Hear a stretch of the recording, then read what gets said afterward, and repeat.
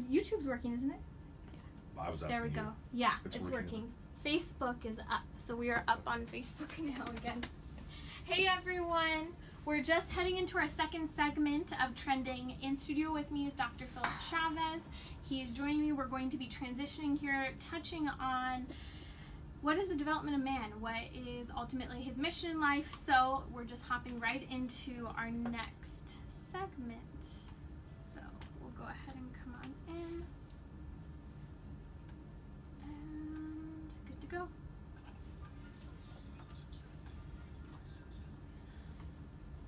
Timmerie here in studio with me. I have Dr. Philip Chavez. You guys, you will love all of his work. I was just listening to some of his CDs on the way up here. I had the opportunity to present with him this weekend at the Masculine Genius Institute.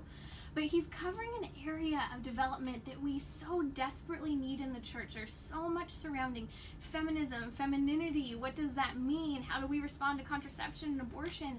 But there are two people involved in all of these sexual crises. And so you can go check out his work at the Men's Academy. You can head over to mensacademypress.com and also find the Men's Academy on Facebook. Dr. Chavez, we've been getting into the differences between the feminine and masculine soul. And today, I've got to comment, I think listeners have known we've talked about the Supreme Court issue from the perspective of abortion and the future of abortion in our country. But just briefly, I look at what is happening with Brett Kavanaugh, the accusations being made against him, the lack of evidence that is there. And I want to just be quick caveat, because I know people are going to raise their arms, say any sexual abuse claim should always be looked into. However, so far this man has been through multiple FBI investigations. The evidence is not there. The quote-unquote witnesses that have come up have not agreed with the statements that have been made, said they have not witnessed any sexual misconduct by Brett Kavanaugh. And what I look at here is many men and even women. I'm hearing moms saying, I'm concerned for my husband, for my sons, for my children. What does it mean in today's world where a Facebook post or any accusation suddenly destroys the character of a man? Yeah, this is a very unfortunate situation, but I think what it's indicative of is the rejection or the disparagement of men universally. And so I think what's happening, yes, in this lack of identity of men and somewhat of the movements of feminism, I think what's happening is a man's role, his position, his status, his dignity is somewhat disparaged and just not well respected. And so the difficulty with this Kavanaugh situation is that the man, I think universally, there's some idea that now a man has to almost presume that he's guilty until he's shown to be innocent. So where there should be presumed innocence, there's not anymore. And I think that's fundamentally because of the rejection of men in society. It just breaks my heart. I don't go deeply into politics. I make the joke, unless I'm talking about abortion, sex, or contraception. But I have watched his testimonies. I've watched his interviews with his wife right there by his side. And I've even heard men, men who I would call gentlemen of the old school, who may not practice their faith in any capacity, but still have, fundamental principles that they were brought up with, who have commented looking at Brett Kavanaugh in his interview. And here's a man you can tell of profound integrity and faith. I think that's right. And that, again, like you said, that manifests itself in the interviews and in his testimony. One of the things you see that when he did talk about those accusations against him, it's interesting, he didn't malign anybody in the course of that. He just stated the facts. He stated what exactly happened to him. As hard as those details were, it almost looked like he was making an indictment against others, but he really wasn't. He was just stating the facts. And so here's a man who is really a credit to men, with the way he can hold a composure, being so accused and yet not willing or expressing in any way that I could see any malice toward even those of his accusers. No one. And I think that this is what made me finally decide to cover this, is I looked at him and there was such kindness as his whole life and reputation is being destroyed. I mean, even just hearing the examples where his daughter is there praying and she decides to pray for, Christine Ford, who has brought forward these accusations, and then people are mocking the daughter for praying and what she'll pray for. And I just look at this and, there are no boundaries, yet he is having a boundary to not go after someone who is coming after him and his reputation. Right. Not once. That's right. What's interesting is this, in all of this, it's just a manifestation of a man who's lived his life well lived and in virtue. That he's able to how would I say, maintain himself the way he has, with composure, with dignity, with self-reassurance. You could tell that that's just not founded on a man who's been trained for a testimony. It's founded on a man who's well-grounded in virtue, who's well-grounded in the common good, who's grounded in himself being a selfless and giving man. This matters because we need to figure out how to help young men, and all men, but young men in particular, to know that even when your honor, your integrity is being called into question, how do you still develop in integrity, develop in that valor? Sure. Well, that's a very wide question, because we can get into the things men should be doing and maybe other things in the way men should be positioning themselves in their identity. With respect to what men should be doing, if we were talking about traditional roles of leader, protector, and provider, these are very unintelligible to the young men. So they don't even know what to do. In fact, that's a common question with young men. Just show us what to do. Where do we go from here? How do we act? And so that's a very fundamental confusion. But I think even at a deeper level, men today are finding difficulty in somewhat their own identity, as we spoke about earlier, where they really don't have it. In other words, a primal identity in the spiritual and the natural orders to be a beloved son. And it's almost like if you can't find dignity, can't find rest, and can't find a foundation in who you are, just acting through these things won't really be enough. A foundation of who you are must be solidly in place for a man to move forward, or a boy or an adolescent. And so because they're lacking in that, it's very, very hard for them to move forward at all, and they're very confused as a result. So Philip, would you say, mentorship is important for young boys? Absolutely. In fact, in some way, we need the mentorship in some way is, I think, by far the most critical in terms of what they need from society. The difficulty is even a boy or a young man, adolescent who's had a good father, nonetheless, men are very complicated, and they need several mentors in their life to teach them a host of skills. And when they do learn skills, and they do learn to be capable, then that helps them overcome many of the fears that they have. And I think a lot of the studies out there point to the fact that specifically men, young men, need to see men in all different stages of life. I think that's right. Different ages. I think that's right. So a 5-year-old boy needs to see a 15-year-old adolescent. Yes. He needs to see, a young man getting married who's married. He needs to see, someone like a grandfather, uncle type of, ages in life, so that he has something to learn from, to pick up and maybe push away as well. That's right, and something to grow into. So if a young boy learns how to respect, say, his uncles, older uncles, and his grandfathers, then he learns, he sees he can see the dignity of that and connect with that in love, then he will aspire to that. I think what's happening in today's day and age, you hear a lot of young people say, I don't really want to live past 70 because, I don't want to deal with the effects of old age, and I don't want to be in a home where other people are going to take care of me. They fail to see the dignity of those, of growing old, and the good that actually can become of that, to share wisdom from that. And so if they're not exposed to that, they're not going to learn to respect or revere that and want to become that. I think dignity is a word that is thrown out within Catholic spheres, but you don't really hear outside of that. I think that, we've heard some campaigns for office use that word, but even then, what does dignity mean? And at the heart is this self-value, right? This worth at the heart of who we are. Right.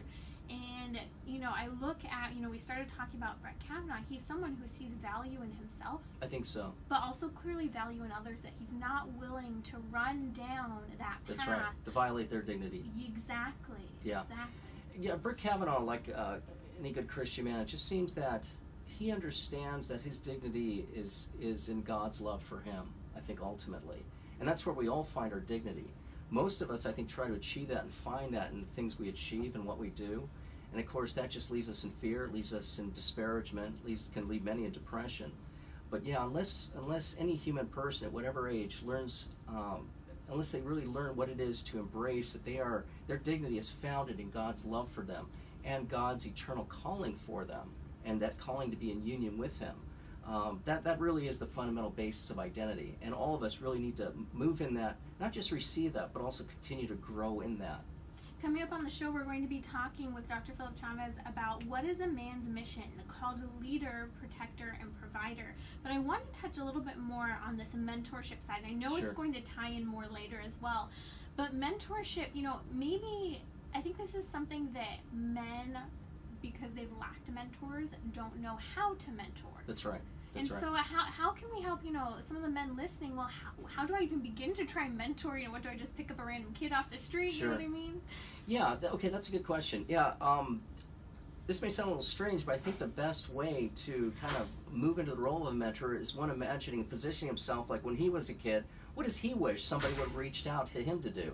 Maybe to teach him how to throw a basketball or even how to box or how to build something. Most men wouldn't know what to do if they opened up the hood of their car. Most men wouldn't know what to do if there's a leak in the ceiling. Most men wouldn't know what to do if there's a leak in the kitchen or the toilet.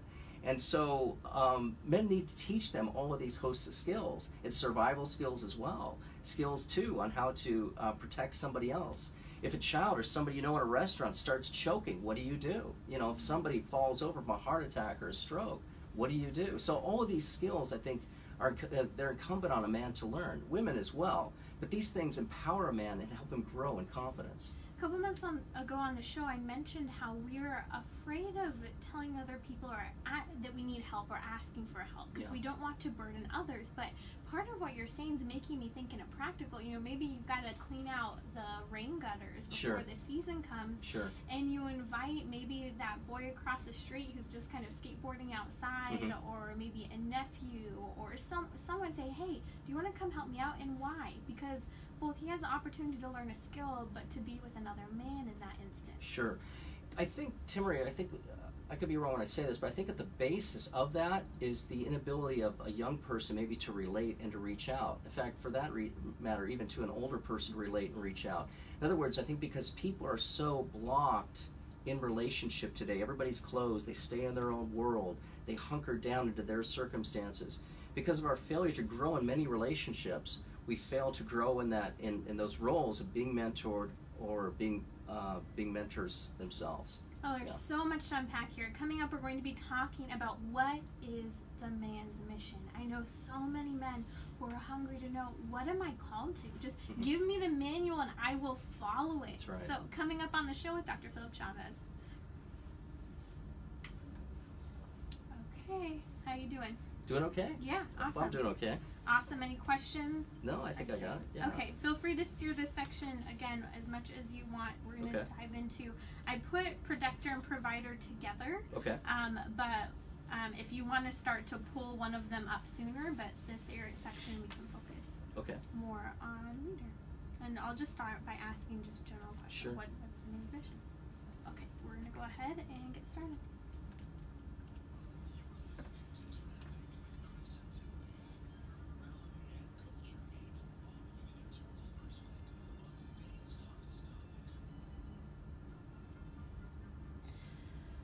I'm so excited to be taking up this issue today because as we are facing a crisis in the culture, I mean, just the conversation over abortion itself today is so intense. The cultural landscape of politics and just the fact that we can't even have a conversation anymore points to a deeper wound, and that is, who are we as men and women? How do we relate to each other? How do we grow on our own? And how do we grow one another?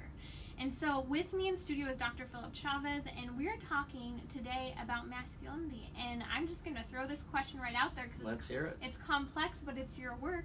What's the man's mission? Any man's mission? Yeah, the man's mission is, I like to at least sum it up in a 6-part role in natural and supernatural. I believe it's fundamentally to be a selfless and sacrificial leader, protector, and provider. And in the Christian realm, that there's a certain perfection of that leader, protector, provider in the priest, the prophet, and the king. People can understand what leader, protector, provider means. Priest, prophet, and king, even though that was at our baptismal rite, most of us don't really know what that is. But it's very, very simple. A priest is the one who sacrifices for the sake of others. A prophet is one who learns the truth and gives testimony in word and deed. And a king is one who is a servant kingship, one who uses his gifts to contribute to the kingdom of God. And so those gifts won't be very effective, in my opinion, unless that leader, protector, and provider is established first, for which the priest, prophet, and king is built upon. And so that's what I see as one of the problems for the lack and the fruitfulness of the exercise of those gifts of Christianity, or those duties of Christianity. So let's tease this out more. You know, Sure. One of the first positions you mentioned is being a leader, and Sure. that plays into all three: priest, It does. priestly role, the kingly, the prophetic. It does. Yeah, the leader, men by nature, they want to be leaders. They aspire to that. I mean, the movies that they find were great heroes of whatever type, they admire the leadership in them. And most men, when they see these movies, they think, gosh, I want to be led too by somebody like that. I want to become that. But again, it's important that leadership isn't a certain dominance or an exercise of power over one another. It needs to be a servant leadership, one which is selfless and sacrificial. And I think that's when it really comes together for men. It's been difficult in today's day and age. Well, first of all, he's not been empowered in that or encouraged in that. But, as he moves in this realm today where women, probably their number one boast, you could correct me on this, is that they're independent. It's the one thing women today want to say about themselves more than anything else. So the difficulty is men are finding it hard just to even understand their place, let alone move forward in an environment of women who profess that their independence is the most important part of their found femininity. Well, and isn't it so interesting that women are touting their independence, right? Yet women are very relational, and Yes. then men who have actually, in many ways, a strong sense of independence, they need to be able to stand on their own two Sure. feet, are looking out and going, well, where is everyone else? Where is that relationship? Where is the mentorship? That's right. And I want to touch too, because I want to be really careful when we talk about leadership. I think some men are going to push back. I'm more of a follower than a leader. Right. And I think leadership also has to do with leadership of character, leadership of That's right. sacrifice, leadership of self and what I do, not necessarily, this head CEO of a Sure. major organization. Yeah, that's right. And it's to take initiative in what he does and what he needs to do. So he's in a convention, and some woman, it's night, she's walking to her car. Well, can I escort you to your car? It's many things of initiative he can take. Yes, to move forward in any kind of virtue or anything he needs to do. There's a certain leadership that he has too when he's just a good example as a good student, or when he's simply in the workplace, that he does his job well. He leads by example. So yes, you're right. There's many different ways of talking about leadership. And that's hard too, because I know, questions like, can I escort you to your car? Can I carry that for you? Because women are so used to being independent and even, living alone, taking care of their things, that, if it's offered, even if they would desire to be escorted or have things that they're carried, there's like, well, I am capable of doing it, is I think sometimes the first Sure. response, or I don't want to burden you as Sure. well, is another part. Versus I think sometimes the desire is to just do it, Sure. feel free to step into my life. I had a conversation recently actually with my fiance, and we were talking about, the carrying things, and and he overheard a conversation between me and one of my friends, and we were complaining about a friend who kind of just leaves their spouse to kind of carry everything, on their own, from car seat, you name it. And he overheard and afterward kind of looked at me and said, hey, do I do that? And I said, no. And I said, but one thing I could say is, in general, I think we women, if you ask us if you'd like us to carry something, the response will be, if we can manage it, no, I'm okay, I can manage. Sure. Or I don't want to burden you. But in reality, if you step in and say, here, let me initiate, then, it's respected, it's appreciated most of the time. Sure, and it's a way of sharing too. It's a way of sharing these things, and it's a way of saying too, I want to accompany you in doing this. So I think what happens, to just go back a little bit though, Timmerie, is that I think what happens in a lot of women's responses though, you could correct me if I'm wrong, but I don't think they're used to having such offers. And so their way of responding to the shock of it is to reject it. I could totally agree. Yeah. I think in some cases it's confusing sometimes, and they're instant, I'm okay, don't worry, because I think women have this tendency not to want to burden someone. And even, for example, in the workplace, when you talk about Sure. Men are far more likely to ask for that raise, whether they need it or because they think they deserve it, versus women take into consideration a raise and the company only has X so much money right now. They're working on this major project, and so she doesn't end up asking. Exactly. And what you find in a lot of these situations, especially in ministerial situations or service organizations, you find these women wearing 3 or 4 hats almost. In other words, they overcommit themselves because they're afraid to ask, they're afraid to share that load, or maybe even afraid to express that, hey, this is too much for me. And so what I see happening a lot is women are taking on way too much in the workplace and other even ministerial types of positions. Oh, absolutely. And they're working themselves to death often. But isn't this what's happening in general in the society? And kind of to shift gears a little bit, one of my favorite encyclicals that's in the top, probably top 10, is from Pope Pius XI, and it's Casti Connubii. And, we're looking right around the 1930s, Sure. right, as contraception is being adopted for the first time in any Christian sphere by the Anglican Church. Sure. And this document comes out very providentially before the sexual revolution, before widespread adoption of those ideologies. And it talks about how the husband is meant to be the head of the home and the woman is meant to be the heart. And, we'll tease that out more, but it talks Sure. about how when the head is not leading, what ends up happening is the woman always ends up stepping up and taking that role. Yes, that's right. And in virtue of which, if she doesn't find a man really leading, she doesn't really want to procreate either. Women are in the whole act of procreation, they understand that there's a great vulnerability to that. And increasing the number of your children, there's a great vulnerability and a great dependence on that. But yes, if women are used to doing things on their own or trusting in their own judgment and lose a sense of that they're going to be supported, then they're not going to want to carry children. I think too, yes, if they don't see a leader or a man who's standing up, and if a man, every woman needs to hear from a man, when it comes to child rearing, honey will be taken care of, all will be okay. In other words, he leads in great measure. A man leads by his reassurance. He leads by a sense that he understands God's leadership in his life too, and reassures her, no, God will take care, we will be okay. And I think without that kind of leadership of assurance, overcoming fear, without that, it's very hard for her in some cases to be open to children.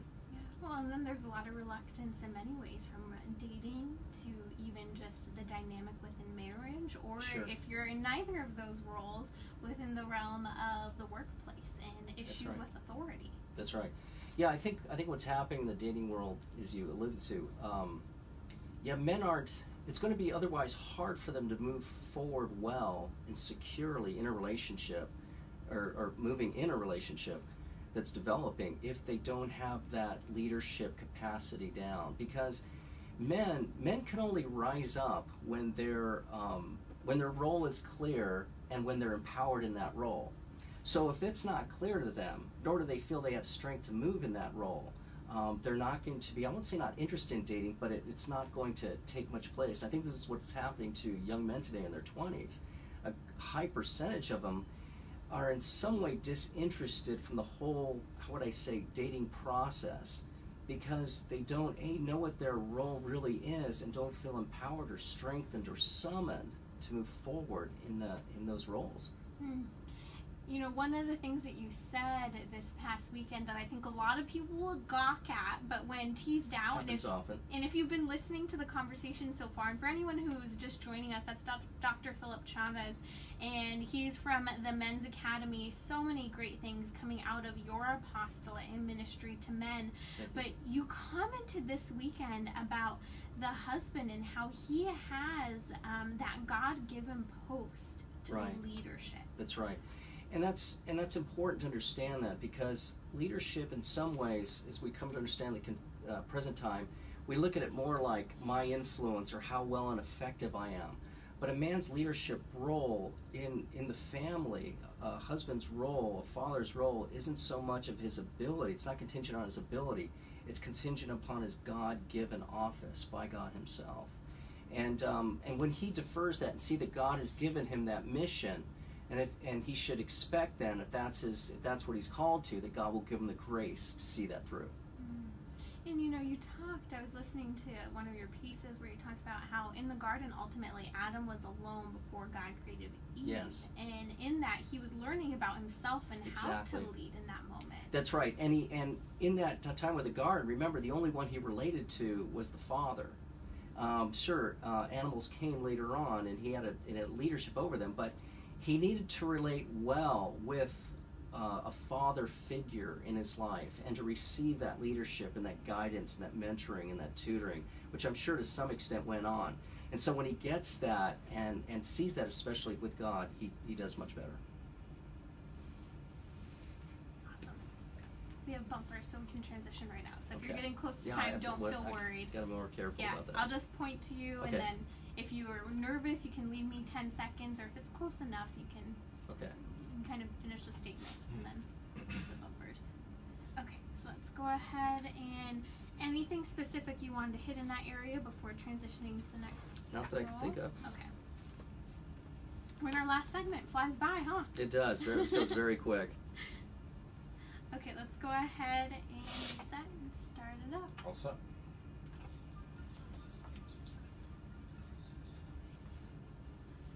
In studio with me, friends, is Dr. Philip Chavez, and we are talking about masculinity. Very provocative content this weekend, and I'm sure there are a lot of people who are going to have questions, who will want to go deeper. So we're just going to have Dr. Philip Chavez on again sometime with your guys' questions, but also go check out his work. He's on Facebook, and you can also find him at mensacademypress.com. I'll be sure to send out links to that and post it in the show notes as well. But we're talking about what is the man's mission. We just talked about leadership, and now we're transitioning into that God-given role of being a protector and a provider. Sure. Yeah, and those are, like leadership, there's many avenues for that, many expressions of that as protector and provider. In terms of protector, obviously the one we see initially is himself as a physical protector. You know, I mean, out the gate, I think every woman wants to know that if she's in a threatened situation, the man in her life could kick some rear if he needs to. In other words, he can really physically defend her. She depends on his strength. She admires his strength. You know, she likes to put her hands on his shoulders, you know. And so women, I think, feel very much strengthened in that. And so in some ways, too, a man has that projection of should have it somewhat of a projection of strength, but a strength always in gentleness. You know, as I say, a man should be a lion and a lamb. I think every woman wants a true lion and a true lamb. A lion is fierce, steadfast, brave, bold, but he's also a lamb. He's kind, gentle, compassionate, and caring. And I think one way a man protects is he protects in those two modes, and he's both at the same time. He's not a 50-50. He's a 100-100. And so I think that what's important, that as much as a man needs to protect a woman physically, he needs to protect her heart. And so he's got to be careful that he's not harsh with her, because her heart is delicate. It's almost like a child's, right? So a man has to, in protecting a woman, he protects the delicacy of her. And not only by how he speaks, how he acts, and how he flexes his muscles even, but everything that he does, and protect her even from the outside, where she's threatened, where she's feels vulnerable, where she's uneasy. I think it's a man's duty to protect her heart, and meant that in many, many other respects. You're talking about profound strength, but checked with tenderness. Yes, absolutely. Checked with tenderness. You know, in working with especially college-age students, when I present about the different, you know, male-female dynamics, I'll talk a lot about strength and how physical strength, or strength itself, we think just physical strength, and a lot of people push back that, oh, I'm just meant to be strong, and some guys don't want to adopt that ideology for masculinity, and I think there's something wrong there with that. Yeah. But I think that we have to help men see that their desire for strength, or their discomfort because they feel like they don't have enough, ultimately strength starts with strength of character. And that's where it's putting into check the physical, virile strength as well. Sure. To go back a little bit, I think that when we talk about a man's strength, he'll understand it better if he understands the needs that he's to be strong for. So in other words, if he's to protect a woman's heart, he needs to be told by his mentors, and maybe the women in his life, look, you got to be careful. You could wound them. You know, we're delicate. We're like a child. You know, so I trust that you'll be you know, easy on me. And so men, I think, when it comes to protecting a woman in many different facets, they just don't understand that that's what they're even supposed to do. They don't understand the need that's there. You know, and I hear where you're coming from, that men need to see what they're protecting, why their strength is being built, what it's meant to contribute to. I'm going to push back just a little bit, because Sure. I know for women, they're going to hear this and they want to be protected, they want to be all that, but maybe some women might not want to think of themselves as that child in relation to the men, because I think a lot of women have a hard time with this idea of neediness. And, well, I think at the end of the day, we would recognize there's a sense of vulnerability Sure. and dependence. You know, sometimes there's that, there's like, okay, that language, and I think that that's where people begin to reject what they think Christianity portrays. Sure. And I think, you know, for a lot of these things, Timmerie, I think we just have to look at our own hearts and where we're at. And, yeah, a woman, I think, again, if she's not admitting these things, she's somewhat in self-defense mode and doesn't want to admit those vulnerabilities, doesn't want to yield to these men's roles of men, I think, traditionally, because she doesn't trust them. I think the hard thing is, I think women have been, they've been betrayed. They've been hurt by fathers. They've been hurt by brothers, uncles. And so the men who should have initially set the stage for a woman's, how would I say, relationship with a man, father, brothers, uncles, cousins, if they don't receive positive dynamics there of the things we're talking about in adult life, they're not going to really be open, or is easily open or disposed to receiving the ways a man serves and protects her. If you're just joining us in studio on Trending today, I have Dr. Philip Chavez, and we're talking a lot about masculinity. We brought in conversations about gender ideology, you know, the spike in young girls wanting to transition, and about Brett Kavanaugh as well, and what's taking place at the Supreme Court. So be sure to go and check out the episode at radiotrending.com. Dr. Chavez, as we've been talking a lot about this place of strength and protection, but also the topic of being provided for. I know that even if women are working, you know, even Sure. if they are earning a high-level salary, even if they are contributing to the home, studies that have come out of the University of Kent in Iowa show that women still want to be committed to, provided for, protected, all of these Right. things, even if they are contributing in that way and participating. And for those who have been with us on the show, we've been working through Shanti Feldhahn's book, For Women Only, or the better title we like is Knowing More About the Inner Lives of Men.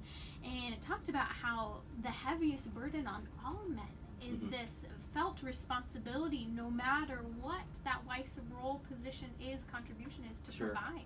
That's right. And that's very difficult, and I think very, very threatening for young men today. You know, it's interesting. You know, in days of old, it was always thought that a house is just based on one income, and today they're based on 2 or even 3 incomes here in Southern California. So out the gate, a man is very threatened by marriage and the thought of providing, especially if he has to be the one stepping up at the end, that he can carry that burden. So that's really hard. So yeah, in society, we must make burdens like them, if we can, easier for him to step up to that. But I think the bottom line, too, is Timmerie, again, as I mentioned before, men need to be coached on how they provide for women. You know, I remember one woman telling me, she was about 30 years old, she just found it unintelligible that a man would actually pay for her on a date.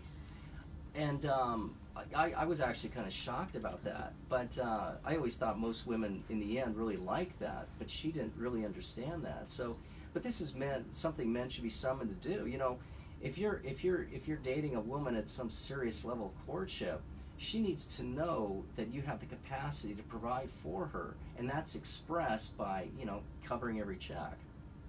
Absolutely. You shared, I've heard a story, even you yourself in your own life, the challenges with your own family and some very serious and tragic deaths, if you don't mind sharing Sure. for a moment with the men in your life. Yeah, thank you. I lost a brother I was very close to. He was only 13 months younger than me, Stephen. I accepted that in peace, but what happened was he had 3 teenage daughters at the time. What was interesting, one of the things that woke up in me was this sense that his wife, though fortunately her parents were people of means and helped her, she was still worried about her provision. And my own heart welled up in thinking that, gosh, you know, I wish I could say, Margie, don't worry, I'll take care of you. All will be provided for. So I understand that kind of that deep need that men protect the women in the family. And as too, 5 years ago, I had a brother-in-law pass away of a beloved sister, Monica, and they left 8 children behind, 3 to 17.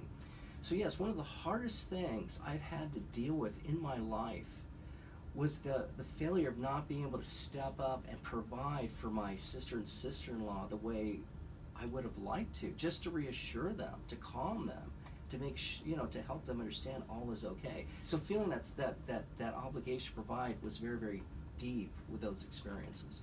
You know, Nate, thank you for sharing your stories, because I know those are not easy to share, but it points back to that masculine, the heaviest burden, the burden they see is on their shoulders, not just with their immediate family and children, but truly this honor that men have, and just this desire to help and care and provide for other people. And yes, although a lot of people could say, I don't see that in men today, I don't see that, that's a core value in men. Sure. That in many instances it can be brought back up, and for some they could just feel inferior and angry and turn away from it, or they could ponder that. Yeah.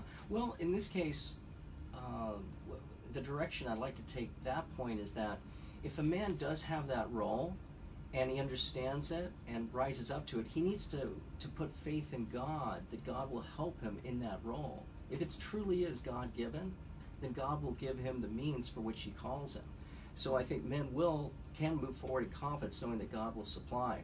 But again, in terms of provision of women, again, as I mentioned this last week, and it struck me very deeply. I think one of the reasons women didn't have bank accounts or the ability to own property in the past, however we might want to take that, is I think it was the case in all of human history. Women were always provided for.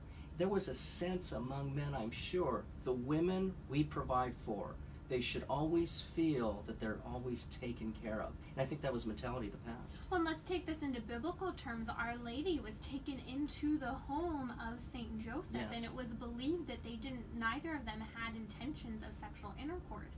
Right. And that's because she had to, at some place in that current culture, had to be cared for and provided for, yes, by some man, and that's the role that St. Joseph took for Our Lady. Yes, and by extension too, to be invited to a man's house is to be invited to his family. So when she surrendered to that, all of Joseph and all of his relatives are responsible for caring for her, not just Joseph. Philip, it's been so great having you on the show. Thank There's you. so much more that I know that we would love to dive into and talk about. He'll be up on another episode of Trending with us. Please go check out his work at the Men's Academy. We don't have a lot out there specifically for men, fortifying men, and it's a wound and a hunger that so many people have. So go check out the Men's Academy on Facebook or mensacademypress.com. God bless you all, and I'm looking forward to the next show with you. Okay. Wonderful. First Good. show done. I'm just going to peek Great. if there are any major comments here real quick. I'm just checking. I hope you guys are doing well. I'm checking questions before we go off today. Okay, no questions today. Awesome. Okay, we'll be back in just a few minutes for the next episode of Trending.